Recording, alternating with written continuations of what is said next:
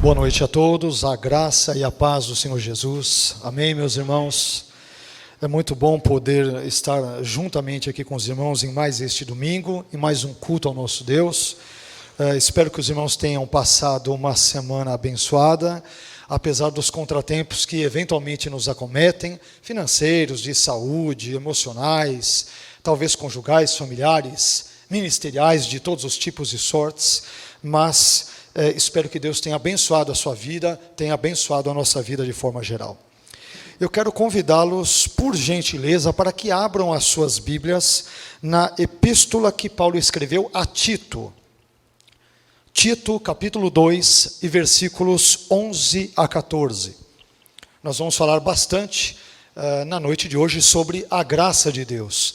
Tema este que, na verdade, também foi muito bem tratado de forma muito coincidente, entre aspas, né? Não cremos nessas coincidências, mas hoje pelo nosso querido professor aqui, substituto Rômulo, que falou sobre a graça preveniente, várias manifestações da graça, a graça capacitadora, iluminadora, se ela é resistível ou não, e tantas outras manifestações desta graça. E se você, por exemplo, não veio, perdeu, infelizmente, aí esta aula graciosa sobre a graça. E agora, dando continuidade a isto, vamos falar mais uma vez sobre a graça. Então eu entendo que hoje Deus está nos encaminhando mesmo, nos conduzindo para que meditemos sobre a graça dele. E portanto, mais uma vez, espero que você já tenha conseguido achar Tito. Tito capítulo 2, versículos 11 a 14, que diz assim: porquanto a graça de Deus se manifestou salvadora a todos os homens, educando-nos para que, renegadas a impiedade e as paixões mundanas, vivamos no presente século sensata, justa e piedosamente, aguardando a bendita esperança e a manifestação da glória do nosso grande Deus e Salvador Cristo Jesus, o qual a si mesmo se deu por nós, a fim de remir-nos de toda iniquidade e purificar para si mesmo um povo exclusivamente seu, zeloso de boas obras. Amém? Vamos orar ao Senhor e, como sempre fazemos, vamos pedir para que Ele graciosamente fale conosco e nos permita compreender, ouvir, entender e especialmente colocar em prática tudo aquilo que nós ouvirmos que evidentemente envolva a sua palavra, a sua vontade, tal como revelada nas Escrituras. Amém? Senhor, nós bendizemos o seu nome, te agradecemos porque o Senhor graciosamente tem nos concedido, tem nos outorgado mais um dia de vida na sua presença. Obrigado, Senhor, porque se estamos vivos, se temos saúde, se temos onde morar, se temos os nossos queridos familiares bem, com saúde também, por mais que experimentemos problemas ruins, momentos ruins aqui e acolá, te agradecemos porque se estamos aqui, se sobrevivemos, se estamos bem, é porque a sua graça nos sustentou, é porque a sua misericórdia nos susteve, é porque a sua boa e forte mão esteve sobre a nossa vida, abençoando-nos, protegendo-nos e também, por que não dizer, guiando-nos pelos teus caminhos, pelas tuas sendas, pelas tuas veredas, por todos os contextos em que nós devemos andar. Nós te agradecemos porque acabamos de ler uma parte importante da sua palavra, dentro das epístolas pastorais, e te pedimos que o Senhor venha falar ao nosso coração, ao nosso ser, ao nosso intelecto, às nossas necessidades. Fale-nos de forma que, de fato, nós sejamos impactados pela sua palavra e também por ela guiados, conduzidos, transformados e revigorados na nossa fé. Nós precisamos ouvir a tua voz, por isso, Senhor, fale ao nosso coração, porque os teus servos ouvem. É o que nós te pedimos, em nome de Jesus. Amém. Amém? Por favor, Deus abençoe. Pode se assentar.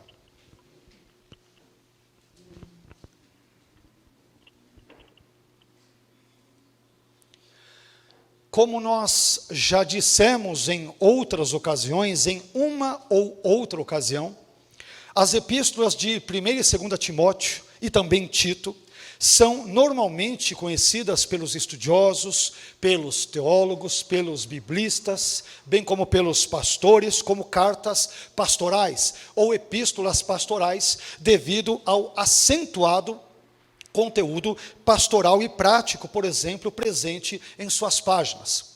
Então, todo aquele que, por exemplo, é pastor, ou exerce uma função pastoral, ou eventualmente almeje ao pastorado, ao episcopado, se há um texto que esta pessoa deveria ler, sem sombra de dúvidas, não apenas a epístola de Tito ou a Tito, mas as epístolas pastorais, isto é, 1ª e 2ª Timóteo e Tito, porque nessas epístolas tais pessoas encontrarão uma série de orientações, de norteamentos quanto à sua vida, quanto ao seu ministério, quanto à vida de piedade, quanto ao trato para com os irmãos, e quanto à doutrina, e quanto a uma série de outras coisas. Por isso que as epístolas pastorais são profundamente importantes para a nossa vida, para a vida da igreja de forma geral, e especialmente de forma prática. Mas tanto quanto nos é possível determinar, esse título, Epístolas Pastorais ou Cartas Pastorais, parece-nos que ele foi dado ou atribuído pela primeira vez a essas 3 epístolas por um teólogo no contexto do início do século XVIII, chamado D.N. Berdoe, mais precisamente em 1703, que por sua vez foi seguido por outro estudioso chamado Paul Anton, em 1726, portanto ambos no contexto do século XVIII, que é quando essa nomenclatura, esse título, essa terminologia, epístolas pastorais, parece surgir pela primeira vez. E dentro dessas epístolas pastorais, temos a importante carta que Paulo escreve a um jovem ministro chamado Tito. E nesta breve reflexão de hoje, dentro do texto que nós acabamos de ler, Tito 2, versículos 11 a 14, mais precisamente falando, eu me deparo com o seguinte tema que eu gostaria de dar à nossa mensagem desta noite, que é a centralidade da graça na mensagem do apóstolo Paulo. A centralidade da graça na mensagem do apóstolo Paulo. Esse tema é muito importante, meus irmãos, porque vivemos períodos e momentos, eu diria que um tanto quanto conturbados do nosso evangelicalismo, sobretudo o nosso evangelicalismo brasileiro, o nosso evangelicalismo tupiniquim. É interessante porque frequentemente vemos muitas e muitas pessoas falando sobre autoajuda, sobre uma pregação coach, sobre ajudas emocionais, sobre como a pessoa ser um melhor empresário, sobre como se dar bem na vida, sobre como ter uma série de técnicas psicológicas e assim por diante para se dar bem. Mas pouco se fala em muitas dessas igrejas, sem generalizar, é claro, sobre aquilo que Deus faz, sobre a obra de Deus, a ação de Deus, o poder de Deus, o agir de Deus. E é por isso que nesse contexto, às vezes tão conflituoso, conturbado e obscuro em que nós vivemos, é importante falarmos não sobre aquilo que eu e você fazemos para Deus, o que não é absolutamente nada, se comparado àquilo que Deus fez, faz e fará e continua a fazer por nós, por meio, por exemplo, do seu Filho Jesus. E isso nos remete, entre outras coisas, entre outros temas, ao tema da graça. Portanto, nós não estamos preocupados nesta noite, na verdade nunca, em falar sobre uma autoajuda humana, mas sim em falar sobre a ajuda que vem do alto, sobre a graça de Deus, sobre o poder de Deus, a intervenção de Deus, a maneira de Deus agir na história. E quando nós lemos esse texto, meus irmãos, nós descobrimos pelo menos 6 verdades sobre a graça de Deus. Como que esta graça que é única, ela não é múltipla, a graça divina é única, mas se manifesta de forma múltipla. Se manifesta de modo, digamos que multiforme, mas é uma única graça. Então, lendo esse texto, eu descubro pelo menos 6 importantíssimas, muito relevantes verdades sobre a graça de Deus, presentes aqui em Tito capítulo 2, versículos 11 a 14. E é sobre elas que vamos falar a partir de agora. A primeira verdade que eu descubro nesse texto, meus irmãos, sobre a graça, tudo sobre a graça, vamos falar apenas sobre a graça de Deus na mensagem de hoje. A primeira verdade é que a graça encontra a sua fonte em Deus. A graça encontra a sua fonte em Deus. Observe que Paulo começa o seu enunciado afirmando em Tito 2:11, parte A, ele diz o seguinte: porquanto a graça de Deus. Porquanto a graça, de quem é essa graça? A graça de Deus. A graça, meus irmãos, não é, e nunca foi, e nunca será propriedade de homens, não é possessão de teólogos, e também não é um pertence de denominações, e assim por diante. O dono, o proprietário, o Senhor, a origem e a fonte da graça é o próprio Deus. Por isso, Paulo começa afirmando que a graça é de Deus. Ele é o dono, é o proprietário, ele é a fonte, ele é a origem, ele é o nascedouro da graça.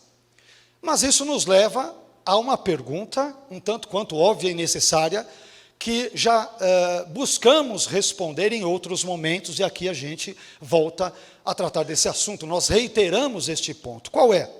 Já que estamos falando tanto sobre graça, afinal de contas, o que é a graça? John Kelly, ele nos diz o seguinte, ele vai dizer que, normalmente, em Paulo, a graça representa o favor gratuito de Deus, a bondade espontânea mediante a qual ele, isto é, Deus, intervém para ajudar e para livrar os homens. Mais uma vez, percebemos dessa forma que a graça não diz respeito àquilo que nós fazemos para Deus, mas diz respeito àquilo que Deus faz em nós. Ouvindo orações ou não ouvindo-as, intervindo, agindo, libertando, curando, às vezes nos testando, nos provando, nos corrigindo, tudo isso, todas essas múltiplas e diversificadas e jamais contraditórias ações da parte de Deus, são frutos da sua generosa graça. Diz respeito àquilo que Deus faz por nós, e não aquilo que nós fazemos por ou para Ele. Contudo, na nossa opinião, e eu já disse isso mais de uma vez aqui, foi um teólogo chamado Thomas Carlyle, se não me falha a memória, um teólogo escocês, quem apresentou a mais bela definição de graça que já chegou ao nosso conhecimento, pelo menos ao meu conhecimento, ao brindar-nos com a seguinte definição. Abramos aspas aqui para Thomas Carlyle, quando ele diz o seguinte: graça é mais do que favor imerecido. Se você alimenta um mendigo que te chama, isto é um favor imerecido, mas dificilmente é graça. Mas suponha que depois de um mendigo roubá-lo, você então o alimente. Isto seria a graça. A graça, então, é o favor demonstrado onde há demérito positivo naquele que o recebe. Então a graça, meus irmãos, é muito mais do que simplesmente não merecermos a salvação de Deus, a sua cura, a sua libertação, as suas bênçãos, as suas benesses, os seus favores. É muito mais do que isso. A graça envolve merecer isso quando nós, além de não fazermos nada para receber estas coisas, agimos de forma negativa. Falamos mal de Deus, blasfemamos contra Ele, prestamos um desserviço para Ele, acabamos agindo, ainda que crentes, às vezes de forma ímpia para com Ele, e apesar disso tudo, Deus graciosamente nos abençoa, Ele nos perdoa, Ele tem misericórdia de nós, Ele ainda nos salva, nos transforma, nos regenera e nos abençoa. Isso é a sua maravilhosa, grandiosa e estupenda graça. Isso é graça. E eu particularmente também gosto de dizer o seguinte, eu gosto de dizer que a graça, uma outra definição seria dizer que a graça é o sorriso de Deus a quem merece na verdade a sua face irada. A graça é o sorriso de Deus a quem merece na verdade a sua face irada. Todos nós, sem exceção, meus irmãos, merecíamos a face irada de Deus devido aos nossos pecados. Mas Deus, em Cristo Jesus, mostrou-nos o seu gracioso sorriso, possibilitando-nos assim por exemplo, o perdão dos pecados, transformação, reconciliação com Ele mesmo e, sobretudo, em última análise e acima de tudo, Ele também nos proporcionou eterna redenção, vida eterna por meio do Seu Filho Jesus. Então esta é uma primeira lição que podemos aqui aprender nesse texto sobre a graça. E a primeira verdade que vimos é que a graça encontra a sua fonte em Deus. Não é o pastor que detém direitos sobre a graça, para ver sobre quem lhe distribui ou não. Não é a igreja, não é o teólogo, não é a confissão denominacional ou teológica, não é a denominação, não é um concílio ou um sínodo eclesiástico. A graça vem de Deus, é obra de Deus, é concedida por Deus, é obra de Deus, do Trino Deus, Pai, Filho e Espírito Santo. Isso nos leva a uma segunda verdade presente nesse texto, sobre a graça, que é a seguinte. Em segundo lugar, a graça nos foi revelada graciosamente. O próprio conhecimento da graça é algo gracioso. Olha que coisa maravilhosa. Então, a segunda verdade é que a graça nos foi revelada graciosamente. Onde eu encontro essa verdade? Em Tito 2:11b. Perceba em seguida que Paulo afirma que a graça de Deus, o que acontece com ela? Ela se manifestou. Se manifestou. Tito 2:11b. E aqui, meus irmãos, o verbo manifestou, em grego, é o verbo epifaino, de onde vem a palavra epifania. E esse verbo, é interessante que em grego ele aparece na forma passiva, o que significa, por exemplo, que não fomos nós que descobrimos a graça de Deus pelas nossas ações, pelos nossos méritos, pela nossa cultura, pelo nosso dinheiro, pelas nossas condições intelectuais, nada disso. Mas foi Deus quem desceu até nós, revelando-nos a sua maravilhosa graça. Existe um estudioso chamado Sidney Martin, que no seu comentário sobre Tito, numa série chamada Beacon Bible Expositions, isto é, exposições da Bíblia, Beacon, ou exposições bíblicas, Beacon, ele percebeu bem esse ponto, quando ele escreveu o seguinte. Ele disse: a graça de Deus é algo que os homens, sem ajuda, jamais poderiam ter percebido. Nesse sentido, a revelação da graça de Deus foi em si mesma um ato de graça. Olha que coisa interessante. Por isso que nós mencionamos no nosso segundo ponto, que a graça nos foi revelada graciosamente, porque por nós mesmos, pela nossa perícia técnica, intelectual, pelos nossos méritos, pelas nossas ações, pelos nossos estudos, por tudo aquilo que temos e somos, se abandonados a nós mesmos, jamais conseguiríamos conhecer a graça de Deus. Portanto, se conhecemos a graça de Deus, é porque o próprio Deus graciosamente nos possibilitou que conhecêssemos a sua graça. Olha que coisa maravilhosa. O conhecimento da graça em si, ele mesmo é fruto da graça. Ele mesmo é gracioso. Outro estudioso, outro teólogo chamado Walter Locke, ele complementa esse pensamento de Martin ao explicar os dois possíveis sentidos do verbo grego epifaino aqui nesse texto que nós lemos. Segundo Locke, o significado essencial de epifaino é aparecer repentinamente em uma cena, e ele é usado particularmente de duas formas. Primeira, ou ele se refere à intervenção divina, especialmente para ajudar, quando Deus age na história para ajudar, por exemplo, nós, seres humanos. E segunda, se refere ao amanhecer da luz sobre as trevas. Mas o contexto aqui, ele sugere que o primeiro significado do termo, do verbo, seja o mais correto. Isto é, a graça de Deus envolve o sentido de que Deus veio em auxílio da nossa necessidade, da minha e da sua necessidade, sendo, portanto, nesse contexto, essa graça uma referência a toda a vida de Cristo, sua encarnação, suas obras, seus milagres, sua cura ou curas que ele realizou, seus exorcismos, sua morte, sua ressurreição, sua ascensão e, por que não dizer também no contexto, a sua segunda vinda. Tudo isto é obra da graça, envolve aquilo que Deus está fazendo e planejando e realizando em meu e seu benefício, não porque mereçamos, jamais mereceríamos, mas porque Ele é bondoso, porque Ele é generoso e porque Ele é profundamente, eternamente gracioso. Amém? Então essa lição também nós aprendemos. Então o auge, o clímax da graça se observa na pessoa e obras benditas do Senhor Jesus, como podemos perceber no contexto dessa passagem em Tito 2, versículos 13 e 14. Indo um pouco mais adiante, meus irmãos, também aprendemos uma terceira verdade importante sobre a graça nesse texto. Qual é? Talvez uma das mais relevantes para nós cristãos. Qual é? A graça, em terceiro lugar, a terceira verdade é que a graça age salvificamente. A graça age salvificamente. De onde nós extraímos isto? Tito, capítulo 2, versículo 11, parte C.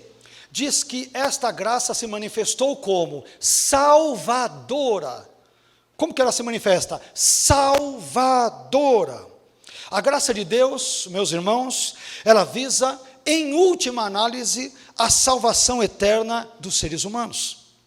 Afinal de contas, uma graça que nos proporcione, por um lado, apenas a luz do sol, a água da chuva, o cheiro das flores, a beleza do universo, mas que por outro lado nos sonegue a salvação eterna das nossas almas, não é uma graça plena, é uma graça que é parcial, é uma graça que, na melhor das hipóteses, é uma graça incompleta, imperfeita, falta-lhe, portanto, algo. Essa graça, na melhor das hipóteses, como mencionamos, é uma graça parcial, que apenas nos dá o suficiente para a nossa jornada terrena, mas que nos abandona a própria sorte no que diz respeito àquilo que nos mais importa nesta vida, que é o nosso destino eterno. Então a graça mencionada pelo apóstolo Paulo não é parcial, ela é completa, e ela visa não apenas o nosso bem neste mundo, mas também o nosso bem num mundo vindouro, num mundo por vir, na vida que está prestes a vir, quando fecharmos os nossos olhos nesse contexto terreno. É uma graça, meus irmãos, que visa nos perdoar dos nossos pecados, nos reconciliar com Deus, e portanto, mais uma vez, em última análise, ela objetiva nos proporcionar a vida eterna. Então perceba que essa graça, sobre a qual o apóstolo Paulo fala aqui, é uma graça salvadora. Isso é muito importante, porque diz respeito ao fato de que eu não consigo me auto-salvar. Se largado a mim mesmo, se condicionado apenas aos alcances das minhas mãos, dos meus pés e do meu intelecto, e o que eu digo não se refere apenas a mim, se refere a cada um de nós, seres humanos, estamos absolutamente perdidos. Nós não temos de nós mesmos criar uma escada tão potente, tão alta, tão duradoura, tão firme, que nos possibilite irmos ao céu, como por exemplo na Torre de Babel, em Gênesis 11, os homens de forma pecaminosa tentaram fazer. Aliás, muitas pessoas tentam repetir uma construção de uma Torre de Babel mental, quando tentam alcançar o céu com seus próprios méritos, com as suas próprias obras, com as suas próprias construções mesquinhas, humanas, apequenadas, diminutas, carnais, pecaminosas e assim por diante. Meus irmãos, não somos nós que conseguimos subir ao céu, construindo torres, escadas, ou quaisquer outros artifícios humanos, psicológicos ou espirituais. É Deus quem desce até nós por meio da sua graça, para nos salvar, para nos livrar de nós mesmos, dos nossos pecados e da sua ira vindoura e eterna. É Deus quem nos salva, não somos nós que nos autossalvamos. É por isso que esta graça se manifesta salvadora. É Deus quem vem ao encontro daqueles que, deixados a si mesmos, jamais conseguiriam subir ou ir até Deus. Porque eu e você não conseguimos subir até Deus, Ele então graciosamente, generosamente, bondosamente desce até nós. E o auge desta descida se deu há 2000 anos atrás aproximadamente, quando Deus se tornou homem na pessoa do seu Filho Jesus, e desceu à situação mais humilhante que Deus poderia atingir, que é assumir a forma humana, como a minha e a sua, à exceção do pecado. Ele desceu, sabe por quê? Porque se ele não descesse, eu não conseguiria subir. Se ele não viesse até mim, eu jamais conseguiria ir até ele. É a graça dele, é a obra dele. É por isso que a graça se manifesta salvadora. É Deus quem faz, não somos eu e você quem fazemos. Nós apenas contribuímos com os nossos pecados, mas Deus faz tudo por meio da sua magnífica graça. Amém? Isso nos faz pensar numa quarta verdade sobre a graça ainda, que é a seguinte: eu descubro, lendo esse texto de Tito, que a graça possui abrangência universal. Quarta verdade, a graça possui abrangência universal. Tito capítulo 2, versículo 11, parte D, na continuidade do texto, Paulo explica que a graça de Deus se manifestou salvadora a quem? A todos os homens. Se manifestou a quem? A todos os homens. Por isso que é uma graça que possui abrangência universal.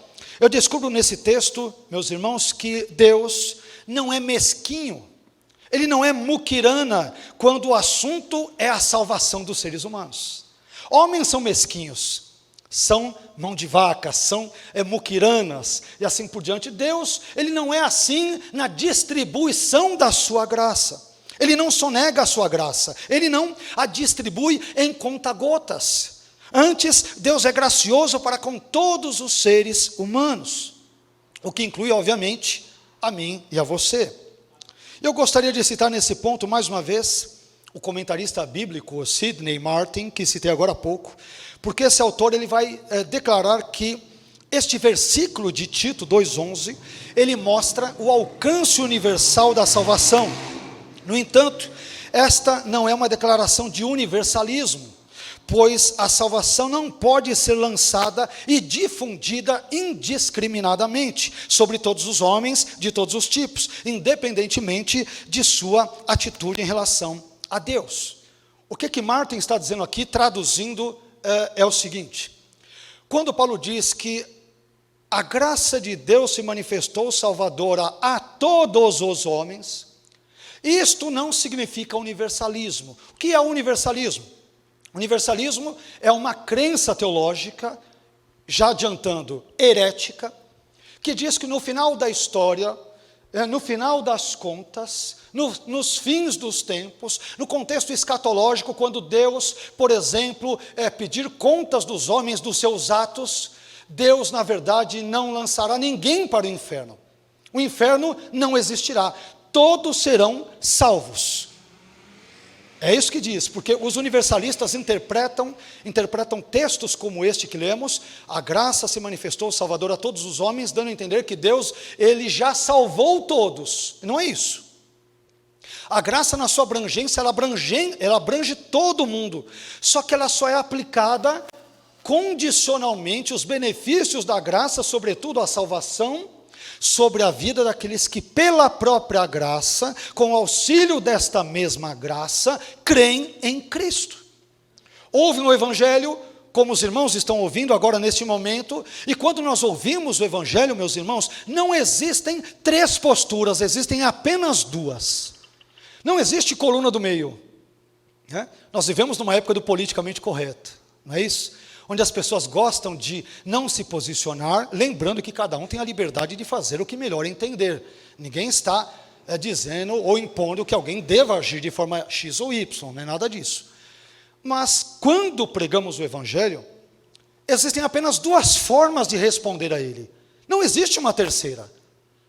É simples. Ou é sim, eu aceito o que está sendo dito, eu me reconheço pecador e entrego minha vida a Jesus, ou você diz não. essa mensagem até que é legal, esse pastor até que se pronuncia bem, o texto até que é bacana, a igreja até que é um lugar legal para ficar, as pessoas são muito corteses, são muito simpáticas, são muito educadas, o almoço no dia de domingo até que é legal, é gostoso, mas eu não quero Jesus para a minha vida. Você está dizendo não. Mas pastor, e quando alguém diz eu vou esperar? Não existe eu vou esperar. Vou esperar quer dizer não. No momento é não. Então, meus irmãos, quando ouvimos o Evangelho, só há duas posturas: ou sim, eu creio e recebo na minha vida pela graça, ou não, pode ser legal, mas eu não quero isso para a minha vida. Não existe nenhuma outra alternativa. Então, mais uma vez, quando nós lemos esse texto e vemos que a graça se manifesta salvadora a todos os homens, em outras palavras, por um lado, a graça possui abrangência universal, em termos da sua extensão, visto que Deus deseja salvar todos os seres humanos. Mas, por outro lado, a graça possui abrangência restrita, em termos da sua eficácia, visto que só são salvos aqueles que não resistem à graça divina, e que, portanto, confiam em Jesus como seu único e suficiente Senhor e Salvador da sua vida. Amém? Essa graça se manifesta a todos. Um dia, ela se manifestou também a mim e a você. Não sei como você se aproximou de Cristo, mas se você o fez, é porque a graça caminhou antes, a passos largos, na sua direção. Como nós, inclusive, aprendemos hoje na escola dominical, nós só amamos a Deus, eu cito isso vez por outra, e não tenho medo de ser repetitivo, porque o que é bíblico, devemos repetir, devemos frisar, para que as pessoas absorvam, guardem, memorizem. Mas 1 João, no capítulo 4, vai dizer que nós o amamos, isto é, a Deus, porque Ele nos amou primeiro. O que é isso? É um amor preveniente, é um amor que vem antes. Isto é, a minha resposta humana de amor a Deus só se dá porque Deus condescendentemente me amou primeiro. E sabe o que é mais estranho e maravilhoso e grandioso ao mesmo tempo? É que Deus nos amou quando não havia nada para ser amado. Ele foi bondoso para conosco quando não tínhamos absolutamente nada, e continuamos a não ter nada de bom para dar-lhe em troca, a não ser os meus pecados, os seus pecados. Isso é graça. Ele amou primeiro aqueles que não tinham nada, mas absolutamente nada mesmo para lhe dar, mas Ele quis amá-los, mas quis também criar uma condição para que estas pessoas amadas pudessem viver com Ele eternamente, e essa condição é crer nele pela graça e perseverar crendo nele pela graça até o fim de suas vidas aqui na terra, para que sejamos salvos. É isso que Deus, portanto, assim nos ensina. Isso vai nos levar a uma quinta e penúltima verdade sobre a graça nesse texto bíblico. Quinta verdade, que é a seguinte: aprenda em quinto lugar que a graça é uma pedagoga que nos instrui em nossos relacionamentos horizontais. A graça é uma pedagoga que nos instrui em nossos relacionamentos horizontais. À medida em que nós vamos lendo o texto de Tito, meus irmãos, Tito 2,12, é interessante porque, além de ter a sua fonte em Deus e de agir de forma abrangente em termos salvíficos, o que mais a graça faz? Paulo responde afirmando, em Tito 2,12, que ela age, preste atenção, educando-nos. Algumas traduções dizem ensinando-nos, né? Educando-nos, olha o que a graça faz. Educando-nos para que, renegadas a impiedade e as paixões mundanas, o que acontece com a gente? Vivamos no presente século sensata, justa e piedosamente. Você já viu que coisa maravilhosa? Mas antes de entrar em alguns outros detalhes, me permitam, por favor, tecer alguns outros comentários aqui. Aqui, meus irmãos, a expressão educando-nos ou ensinando-nos vem do verbo grego paideuo, que significa instruir, treinar, ensinar, educar. Esse verbo, ele tem relação com um substantivo, que é o substantivo paidagogos, que quer dizer instrutor, professor ou guia, que é o termo de onde deriva o nosso substantivo em português pedagogo. Pedagogo. E a palavra pedagogia vem desse termo grego aqui que nós mencionamos. O que acontece? Só para situarmos os irmãos em termos históricos e teológicos no Novo Testamento. Na época do Novo Testamento, ou seja, no contexto do primeiro século da nossa era, o paidagogos, que hoje em português é o pedagogo, né? O que fazia o pedagogo? Em grego, paidagogos no primeiro século. Ele era um escravo, empregado por famílias gregas e romanas, que obviamente eram mais abastadas, tinham condições financeiras. Era um escravo para se encarregar, que era usado para se encarregar, sobretudo, da educação dos meninos de 6 a 16 anos. Isto é, no contexto tanto infantil, quanto da chamada pré-adolescência ou adolescência e assim por diante. E o que esse paidagogos ou pedagogo, vamos assim usar essa expressão, ele fazia? Ele cuidava do comportamento dessas crianças ou jovens, acompanhando-as sempre que saíssem da sua casa, indo, por exemplo, à escola. Eram pessoas cultas, eram pessoas instruídas, e eram pessoas que serviam essas famílias mais ricas, mais bem de vida, como sendo uma espécie de um tutor particular, um professor particular. Hoje nós chamaríamos mais ou menos isto, né? Um personal teacher, né? Um professor ali particular ou algo do gênero. Mas sabe o que é interessante? Em outros termos, a graça divina, meus irmãos, ela age como se fosse uma pedagoga celestial. E, portanto, ela é aquela que, como o paidagogos, que pegava as mãos da criança e a levava à escola, a graça divina é aquela que nos toma pelas mãos e nos educa no nosso relacionamento horizontal, com a sociedade, é claro, ensinando-nos a sermos sensatos, justos e piedosos. Isso quer dizer, sabe o quê? Que até para sermos bons cidadãos, nós dependemos totalmente da graça de Deus. Você prestou atenção no que Paulo está dizendo? Ou não? Ele está dizendo o seguinte, o texto é muito claro, ele diz lá, a graça nos educa para que vivamos no presente século, neste mundo, como? De forma sensata, justa e piedosa. Se somos melhores pessoas na sociedade, tudo bem que podemos ter tido boa educação dos nossos pais e mães, não negamos isto, mas é porque a graça de Deus operou na nossa vida. Se somos bons patrões ou bons empregados, a graça operou. Se sabemos lidar com as pessoas de forma justa, nos indignamos diante da injustiça e buscamos ser piedosos, corteses, pessoas amáveis, pessoas educadas diante das pessoas, é porque a graça está agindo em nossa vida. É ela que, como um pedagogo, nos toma pelas mãos e nos guia pelos caminhos corretos que nós devemos andar, e aqueles caminhos que agradam e glorificam a Deus. Portanto, se eu sou um melhor cidadão, eu não devo ser aplaudido. Eu só sou porque a graça de Deus me educou a tal, me ensinou a tal, me instruiu a tal. Foi ela que fez isso em mim, através de mim. Não é porque eu nasci bonzinho, não é porque eu sou uma pessoa de caráter louvável, elogiável. É porque Deus, na sua infinita graça, operou em mim, e através de você, do seu irmão, da sua irmã, da sua família. É Deus quem opera através de nós a sua graça. Que coisa maravilhosa. Não sei se você tinha pensado sobre tantas coisas boas que a graça de Deus nos proporciona. E que talvez nós nem tenhamos nos dado conta de todas essas características, elementos e atuações da graça.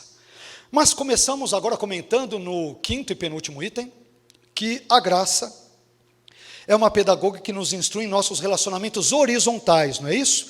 Sociais, de um para com o outro, horizontal. Isso me leva à sexta e última verdade. Qual é? Também descubro em sexto e último lugar, que a graça é uma pedagoga que nos instrui em nosso relacionamento vertical para com Deus. Ela não apenas me educa para lidar bem com as pessoas, ela me educa para lidar bem com o próprio Deus que me deu a sua graça. Olha que pensamento maravilhoso que Paulo aqui tem. Observe com o texto que nós lemos, especialmente nos versículos 13 e 14, Paulo encerra a sua fala dizendo que a graça nos educa para que vivamos, versículos 13 e 14 de Tito 2. O texto diz: aguardando a bendita esperança e a manifestação da glória do nosso grande Deus e Salvador, Cristo Jesus, versículo 14, o qual, isto é, o grande Deus e Salvador Jesus Cristo, o qual a si mesmo se deu por nós, a fim de remir-nos de toda iniquidade e purificar para si mesmo um povo exclusivamente seu, zeloso de boas obras. A graça de Deus, meus irmãos, nos ajuda a olhar não apenas para o passado, isto é, para a primeira vinda de Jesus, para a sua encarnação. Ela também nos auxilia a olhar para o futuro, com a disposição de aguardar, citando mais uma vez Tito 2,13, a bendita esperança e a manifestação da glória do nosso grande Deus e Salvador Cristo Jesus. Isso me leva à seguinte reflexão, simples, breve e singela, com a qual eu encaminho aqui para o final desta mensagem. Meus irmãos, nós devemos olhar para a encarnação do Verbo pelo retrovisor da história, sem nos esquecer, contudo, de olhar para a segunda vinda de Cristo por meio do para-brisas da fé. Amém? Existem muitas pessoas que falam sobre a encarnação do Logos, a encarnação de Cristo, e devemos falar sobre isso porque, afinal de contas, evidentemente, é um assunto bíblico, é claro. A encarnação do próprio Deus, Deus se faz homem na pessoa de Jesus, é um tema bíblico, é algo fundamental para a nossa fé. Mas há pessoas que infelizmente se perdem no passado, só olham para o Deus que se fez homem, só olham para o Deus que se encarnou, e quando eu digo só, é no melhor dos sentidos, repito, a encarnação é importantíssima, é um tema importantíssimo, mas há pessoas que só se detêm no passado e se esquecem, cristologicamente falando, de olhar para o futuro. Esse Jesus, esse Deus que se fez homem na pessoa de Jesus, Ele um dia voltará sobre as nuvens para buscar a sua igreja. Ele disse que não nos deixaria órfãos, Ele disse: eu voltarei para vós. Aquele que um dia se fez homem, Ele um dia voltará para nos buscar, e a graça nos educa nesse sentido, não apenas a sabermos nos tratar horizontalmente uns com os outros, mas nos ensina, nos educa a lidarmos verticalmente com aquele que um dia nasceu, mas que um dia voltará gloriosamente sobre as nuvens, e com miríades de anjos, e com crentes e outros, para nos salvar e para nos libertar deste mundo do pecado e de tantas outras coisas ruins, nesse contexto pré-glorificação. A graça faz isso, nos educa a lidarmos com as pessoas da sociedade, e nos educa a lidarmos com o próprio Deus que graciosamente nos concedeu a sua própria graça. Que coisa maravilhosa! Diante disso, meus irmãos, diante de tudo que nós falamos, eu gostaria então de concluir essa pregação, dizendo que hoje nós aprendemos 6 verdades sobre a graça de Deus, em Tito capítulo 2, versículos 11 a 14, as quais quero brevemente recapitular. Primeira verdade que nós aprendemos foi a seguinte: a graça encontra a sua fonte em Deus. Segunda verdade, a graça nos foi revelada graciosamente. Terceira verdade, a graça age salvificamente. Quarta verdade, a graça possui abrangência universal. Quinta verdade, a graça é uma pedagoga que nos instrui em nossos relacionamentos horizontais. E aí, temos a sexta e última verdade: a graça também é uma pedagoga que nos instrui em nosso relacionamento vertical para com Deus. Eu espero que Deus, na sua infinita graça, use esta mensagem para abençoar a sua vida, a sua família, o seu casamento, o seu ministério, o seu relacionamento com Ele, e que fazendo Ele assim, eu creio que Ele o fará, nunca atribuamos isso ao nosso mérito próprio e pessoal, sempre atribuamos isso à sua eterna, grandiosa e insuperável graça. Amém? Por favor, vamos ficar em pé.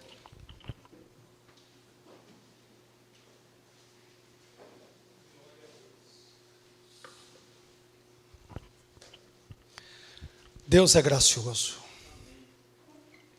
Essa é uma das verdades bíblicas mais importantes que todo cristão deveria guardar com muito carinho e afeto no seu coração. Deus é gracioso. Amém? Quando eu olho para o meu passado, meus irmãos, e não que hoje eu seja bonzinho, ou seja uma pessoa exemplar, uma pessoa impecável, é evidente que não. Mas eu sei quem eu era. E hoje sei quem sou. Sei onde ficava e estava. E sei de onde Jesus, pela sua graça, me tirou e me resgatou. E tenho certeza de que você também sabe quem você era. Ou quem ainda, às vezes, continuamos a ser. Mas se não somos piores do que somos. Não é porque somos bonzinhos, mas é porque a graça tem nos ajudado. Tem nos sustentado, tem nos lapidado, tem nos reconciliado com Deus, tem nos proporcionado perdão, tem nos, portanto, abençoado de todas as formas, em todos os sentidos que podemos imaginar. Somos frutos da graça. Você e eu somos frutos da maravilhosa e incomparável graça de Deus. Estamos aqui hoje porque a graça nos trouxe. Amém? Nunca se esqueça disso, meu irmão. Que a graça de Deus encha o seu coração de alegria nesta noite. Porque é essa graça que nos ajuda a nos relacionarmos horizontalmente com as pessoas e verticalmente com o Deus Trino, Pai, Filho e Espírito Santo. É essa graça quem opera em nós. E nós louvamos a Deus pela sua graça. Sem a graça dele, não seríamos nada. Absolutamente nada.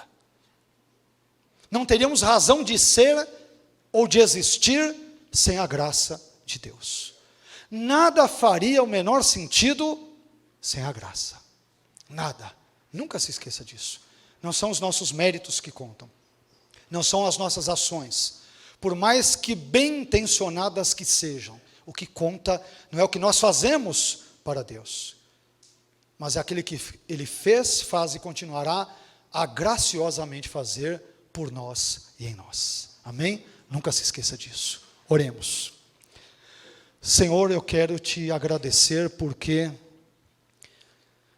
só pude trazer essa mensagem porque a sua graça assim me proporcionou que eu fizesse. E se as pessoas estão sendo abençoadas por esta mensagem, é porque a sua graça também concedeu que assim acontecesse. Senhor, nós não somos absolutamente nada.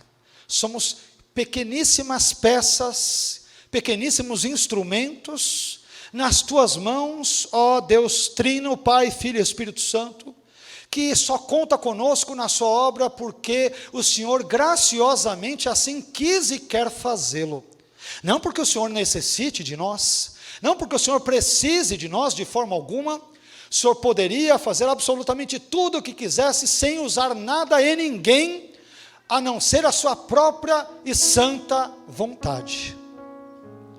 Por isso que estar nesse culto te louvando é um privilégio, proporcionado pela sua graça.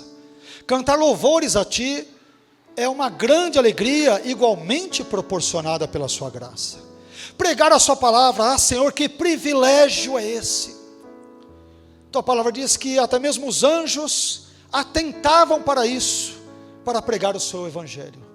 Mas o Senhor destinou tal incumbência a nós, reles, simples seres humanos, miseravelmente pecadores. Resgatados sim, quando crentes, pela sua graça, mas pessoas miseravelmente pecadoras e humanas. Te louvo, Senhor, porque tudo isso é fruto da sua graça. E te peço, ó Deus, que esta mesma graça esteja sobre cada um de nós nesta noite. Que a sua graça esteja sobre a vida do meu irmão e da minha irmã. Que a sua graça esteja sobre esse casal, sobre esta família, sobre a pessoa que talvez depois assistirá esse vídeo no YouTube, em algum outro lugar, não importa, que essa graça a alcance, a abençoe, e que se eventualmente for uma pessoa ainda não cristã, que a sua graça opere salvação no coração dela, porque nós aprendemos na noite de hoje, que a sua graça tem se manifestado salvadora. Ah, Senhor, que coisa gloriosa é a sua graça, que coisa maravilhosa é sermos objetos da sua graça, ainda que não o mereçamos, mas nós te louvamos e te engrandecemos por isso. Ah, Senhor, que graça é esta, onde o Senhor veio ao nosso encontro, quando nós não queríamos ir ao teu encontro. Que graça maravilhosa é esta, Senhor, onde o Senhor desceu até nós, quando nós não tínhamos condições e forças para subir. Que graça é esta, que fez com que o Senhor nos amasse primeiro, de modo que se hoje nós te amamos, é porque o Senhor veio primeiro ao nosso encontro, o Senhor veio antes, com a sua graça, com o seu evangelho, com o seu Filho Jesus na cruz, com o seu perdão, com a sua palavra, com o seu Espírito, com as suas promessas, com, Senhor, a sua presença maravilhosa, e tudo isso é graça, tudo isso é graça e sobre graça. Obrigado pela sua graça, Senhor. Obrigado por nos proporcionar a mesma. É a sua graça que nos mantém vivos. Estamos vivos pela sua graça. Podemos orar pela sua graça. Ao orarmos, podemos construir frases, períodos, orações pela sua graça. Se temos alguma inteligência racional, é porque o Senhor é gracioso. Tudo que temos e somos de bom é fruto da sua graça. O que temos de ruim e pecaminoso, a culpa é evidentemente, absolutamente nossa. Obrigado, Senhor, porque o Senhor é um Deus bondoso, gracioso, generoso, misericordioso, compassivo, um Deus que é tardio em irar-se, longânimo. Ah, Senhor, eu te louvo nesta noite, eu te bendigo, porque sem todas essas qualidades suas, sem todos esses seus atributos maravilhosos, sem todos esses seus predicados incomparáveis, eu não estaria aqui, nenhum dos nossos irmãos aqui estaria, porque a sua graça nos alcançou, ela nos procurou, quando nós dela fugíamos, quando nós não estávamos nem aí para o Senhor, não dávamos a menor importância para o Senhor já se mostrava importar-se conosco, por exemplo, a enviar o seu Filho Jesus na cruz. Obrigado, Senhor, obrigado pela sua incomparável, infinita, majestosa, grandiosa e estupenda graça. Obrigado, em nome de Jesus. Amém. Amém.